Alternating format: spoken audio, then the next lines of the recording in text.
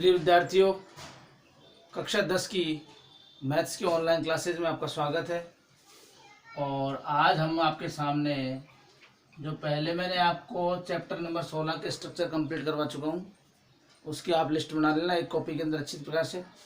और 16.1 हमारी जो चल रही है उसमें वो हमारे पास जो सब कुछ है घनाभ के जो है सवाल हैं, घनाभ और घन, घनाभ के और घन के क्वेश्चन हमारे सामने इसके अंदर हैं। तो देखिए, घनाभ में जो क्षेत्रफल पूछा जाएगा, यदि चित्र के अंदर, यदि सवाल के अंदर या प्रश्न के अंदर लंबाई, चौड़ाई और ऊंचाई उपस्थित है तो हम उसे घनाभ कहेंगे। जैसे घनाभ के बारे में चित्र बना के बताया था मैंने आपको, ये हमारे पास घनाभ है। ऐसे बनाएंगे हम घनाभ। ये हमारी है लंबाई, ये हमारी है लंबाई और ये है हमारी लंबाई। ठीक है, ये है हमारी लंबाई और ये है हमारी लंबाई। जो चौड़ाई है हमारी, जो ये यहाँ पे तिरछी है वैसे बनी हुई है, इसको हम चौड़ाई, ये चौड़ाई और ये चौड़ाई और ये चौड़ाई है। Length, breadth and height, length, breadth and height.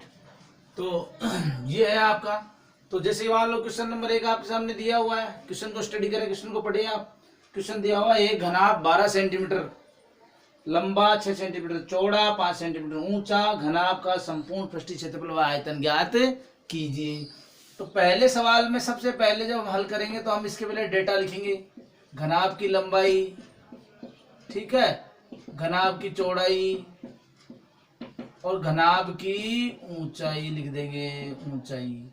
तो हमारे पास लंबाई L, चौड़ाई B और ऊंचाई H, तीनों हमारे पास दी हुई है इसके अंदर। जो हमारे पास 12, 9 और 5 है, 12 सेंटीमीटर है, 9 सेंटीमीटर है और 5 सेंटीमीटर है। अब पहला क्वेश्चन बन रहा है इसमें घनाभ का संपूर्ण पृष्ठीय क्षेत्रफल, फिर घनाभ का आयतन। तो घनाभ का संपूर्ण पृष्ठीय क्षेत्रफल, संपूर्ण पृष्ठीय क्षेत्रफल आपको सूत्र मैंने पहले बता चुका हूं। संपूर्ण पृष्ठीय क्षेत्रफल है आपका, सूत्र है 2 into LB plus BH plus HL।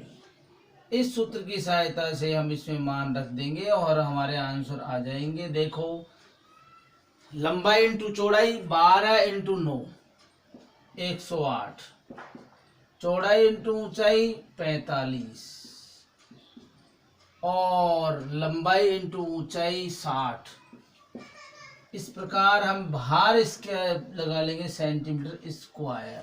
क्या लगा लेंगे? Centimetre square. बोर्ड नजर आ रहा है आपको अच्छी प्रकार से? सेंटीमीटर स्क्वायर लगा लेंगे, क्योंकि centimetre into centimetre, centimetre square. और एक बात विद्यार्थी ध्यान दे, यहाँ पर जो इकाई तीनों की समान होनी जरूरी है। यदि एक इकाई मीटर में है और दूसरी इकाई सेंटीमीटर में है तो मीटर को चेंज टू सेंटीमीटर कर लेना, और 1 मीटर है उसके बराबर होता है 100 सेमी। 1 मीटर में 100 सेमी, यानी कि आपको ध्यान रखना है कि मीटर को जब सेंटीमीटर में चेंज करेंगे तो हम गुणा करेंगे 100 से, और सेंटीमीटर को मीटर में लाएंगे तो हम भाग देंगे 100 का।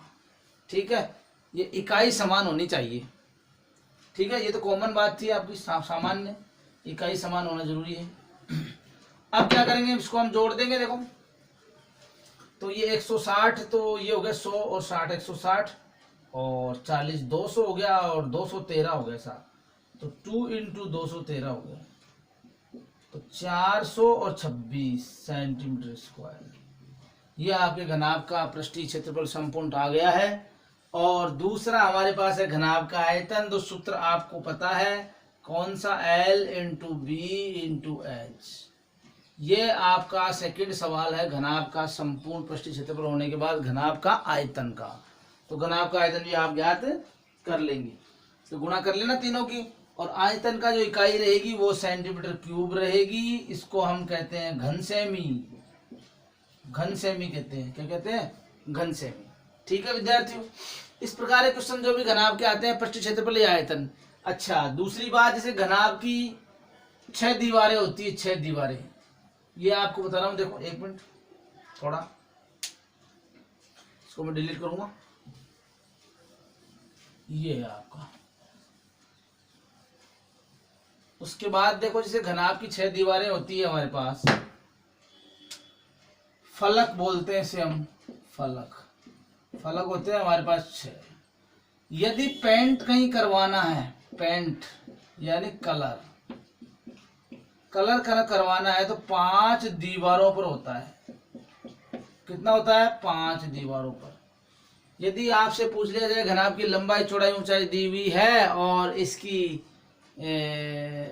छत को, वो आधार को छोड़कर सभी भागों पर पेंट किया गया है और 100 रुपये प्रति वर्ग मीटर की दर से पेंट का खर्चा भी ज्ञात कीजिए। तो 5 दीवारों पर पेंट लगाने का सूत्र देखो विद्यार्थियों, हमारे पास सूत्र था 2 इंटू पहले पूरे संपूर्ण का LB plus BH plus HL, BH plus HL। ये हमारी 6 दीवारों का है। कितनी दीवारों का? 6।